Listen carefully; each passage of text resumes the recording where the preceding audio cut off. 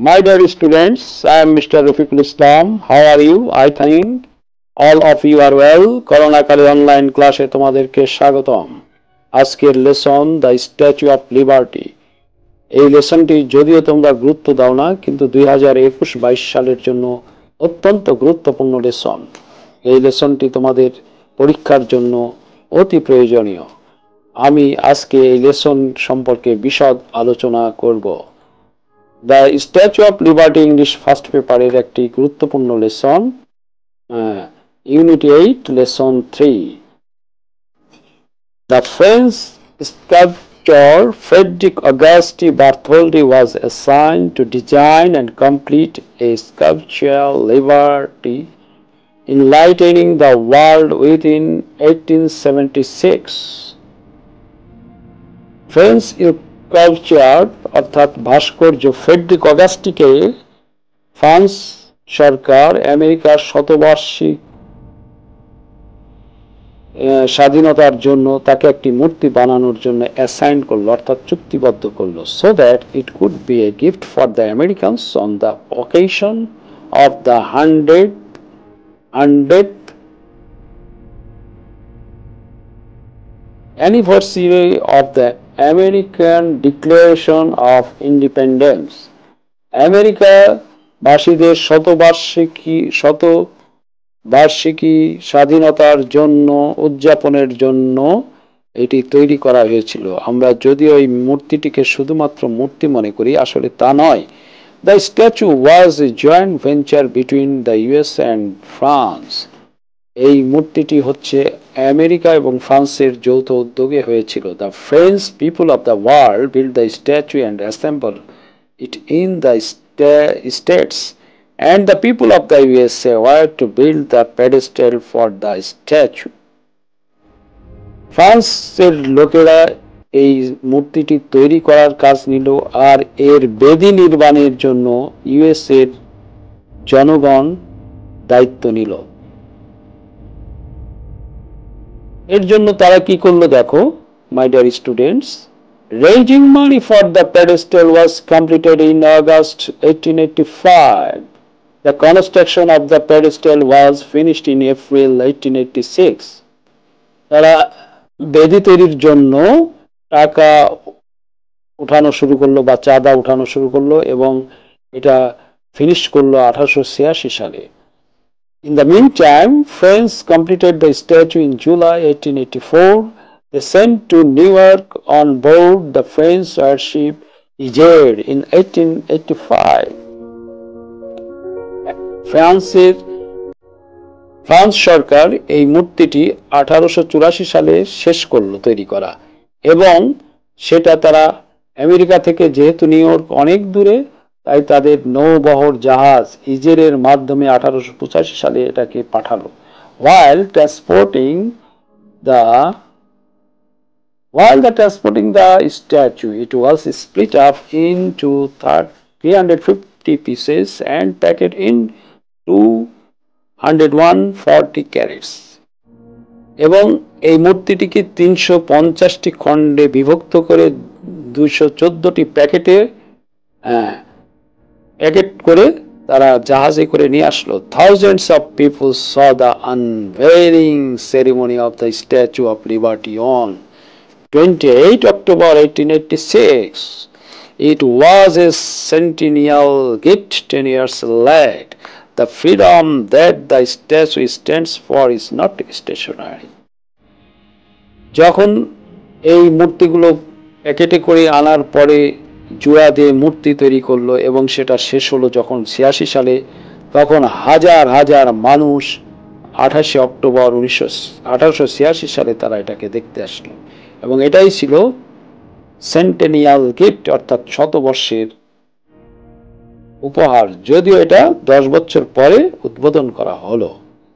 আর এই ফ্রিডমের অর্থ কি ছিল জানো? এটা কোনো অস্থায়ী অর্থ না, এটার একটি স্টেশনারি না, ভালো একটি অর্থ। সেটা কি দেখো, the broken chain wrapped around her feet sticking out from the bottom of her robe symbolizes her free forward movement, enlightening the world with her towards free from slavery. মূর্তিটির পায়ের কাছে আমরা দেখতে পাবো যে অনেকগুলো শিকল, ভাঙা শিকল পড়ে আছে। তার অর্থ কি? সে স্লেভারি এবং অধীনতা থেকে, অর্থাৎ দাসত্ব এবং শোষণ থেকে সে বেরিয়ে এসেছে, মুক্ত হয়েছে। আর ওই শৃঙ্খল ভেঙে তার পায়ের কাছে পড়ে আছে। আর তার হাতে যে টর্চ বা বিশাল একটা মশাল আমরা দেখতে পারি, ওই মশাল হচ্ছে স্বাধীনতার প্রতীক।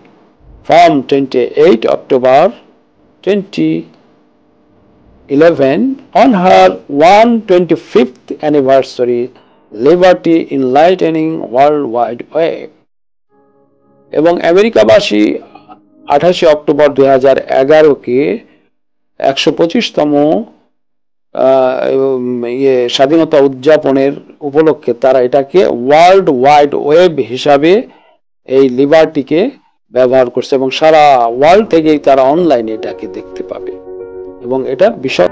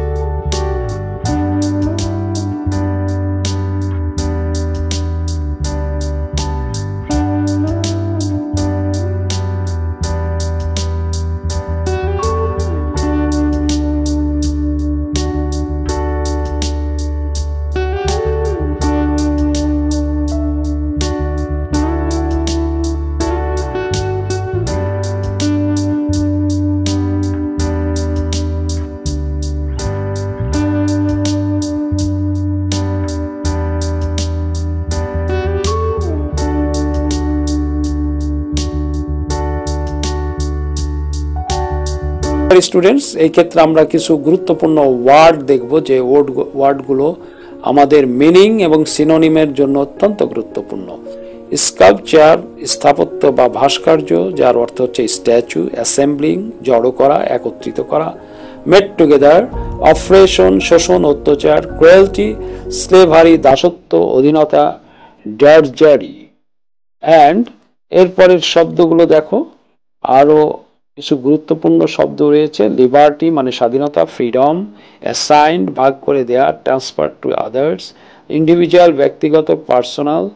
সেন্টিনিয়াল শতবার্ষিক, happening once in 100 years. Symbolize প্রতীকী হওয়া, রিপ্রেজেন্ট করা। র্যাট মোড়ানো বা ভাঁজ করা। ফোল্ড টুগেদার কারেন্টলি সম্প্রতি বা রিসেন্টলি। My dear students, এরপরে আমরা দেখব choose the correct answer from the following alternative, যেটা তোমাদের পরীক্ষায় থাকে 7টি প্রশ্নের মধ্যে, এবং প্রত্যেকটা প্রশ্নের 4টি উত্তর থাকে। সেই উত্তরের যেটা সঠিক সেটাই তোমরা টিক দিবা বা লিখবা। 1 number, the Statue of Liberty stands for strength and vigor. B, struggle. C, freedom and enlightenment. B, movement of competition. দেখো আনসার কোনটা?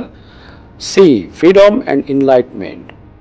2 number প্রশ্ন আছে, what does the broken chain of the statue symbolize? broken chain কি meaning করেছিল?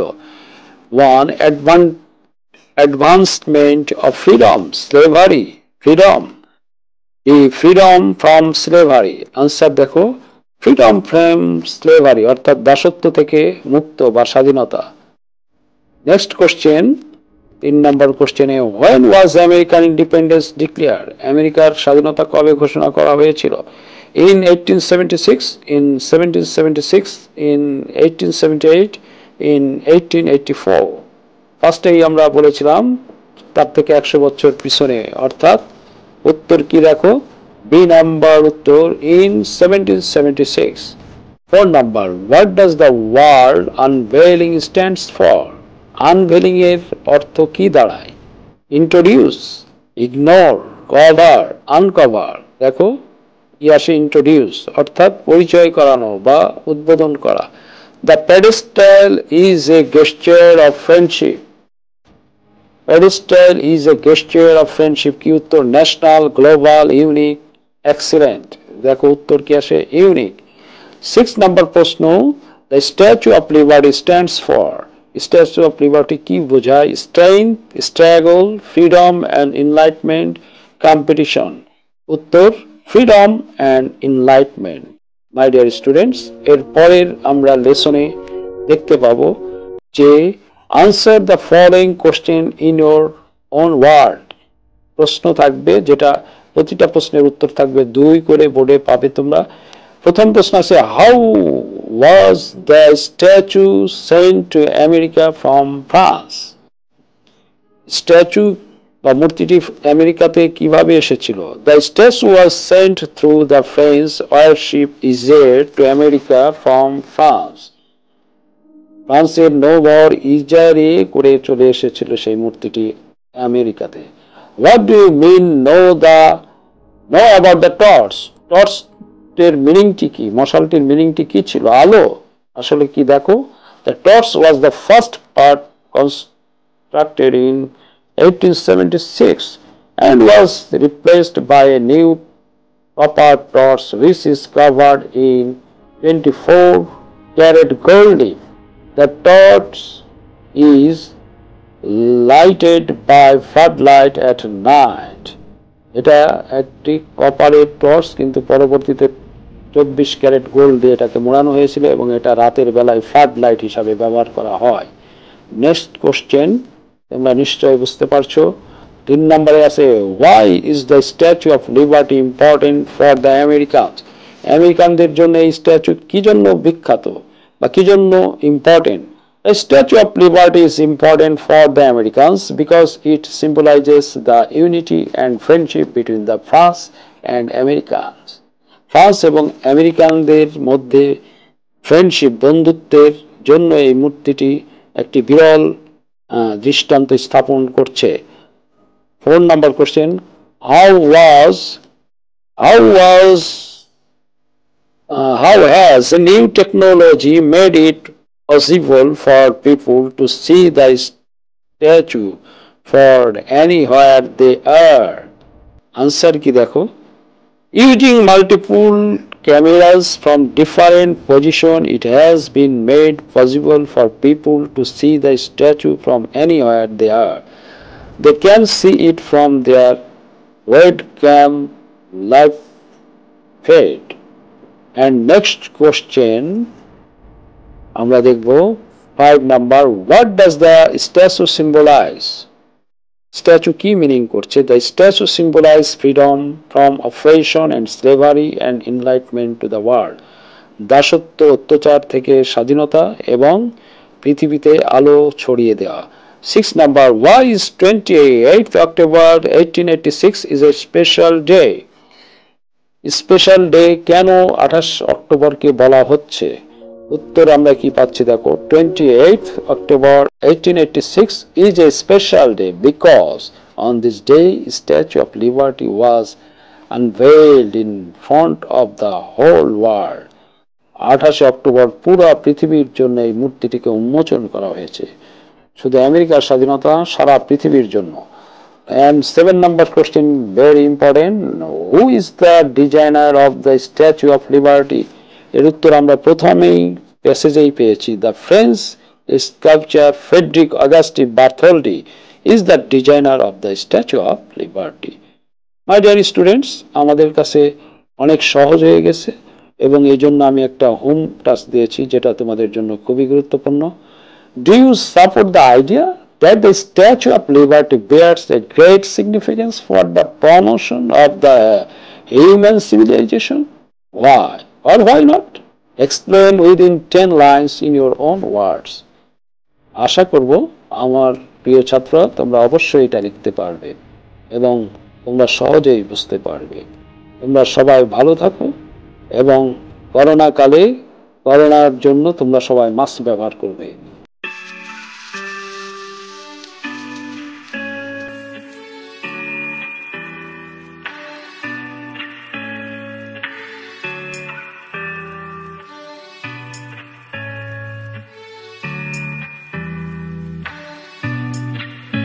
Baby, something about you makes me feel like crazy, dumb and lazy about you.